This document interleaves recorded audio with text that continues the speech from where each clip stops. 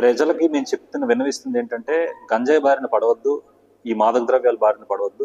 మీ వరకు ఎటువంటి ఇన్ఫర్మేషన్ ఉన్నా సరే, మీ యొక్క గోప్యతను దృష్టిలో పెట్టుకొని, ప్రైవసీని దృష్టిలో పెట్టుకొని, మీ తరపు ఇన్ఫర్మేషన్ ఎవరికి ఇవ్వడం జరగదు. ఆ ఇన్ఫర్మేషన్ మీద ఖచ్చితంగా పోలీసులు యాక్ట్ చేస్తారు. సో ఇది కూడా ఒక ఇన్ఫర్మేషన్ బేస్డ్గా వచ్చిందే. ఇందులో మనకి ఎవరిచ్చారు ఏమిచ్చారని మనం బయటకు చెప్పం. అట్లానే ఎటువంటి ఇన్ఫర్మేషన్ గంజాయి సాగుకు సంబంధించి అవ్వచ్చు, గంజాయి ట్రాన్స్పోర్టేషన్ అవ్వచ్చు, అమ్మకం అవ్వచ్చు, దీనికి సంబంధించిన ఎటువంటి ఇన్ఫర్మేషన్ వచ్చినా సరే ప్రజలు నిస్సందేహంగా మాకు చెప్పొచ్చు.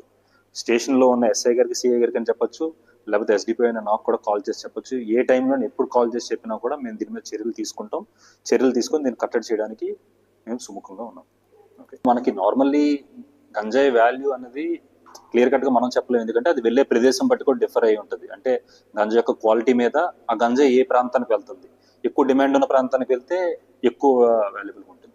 సో సరాసరిగా మనం కేజీ 10,000 ఎక్కేసుకున్నా కూడా ఈ గంజాయి సుమారు 1,10,00,000 రూపాయలు.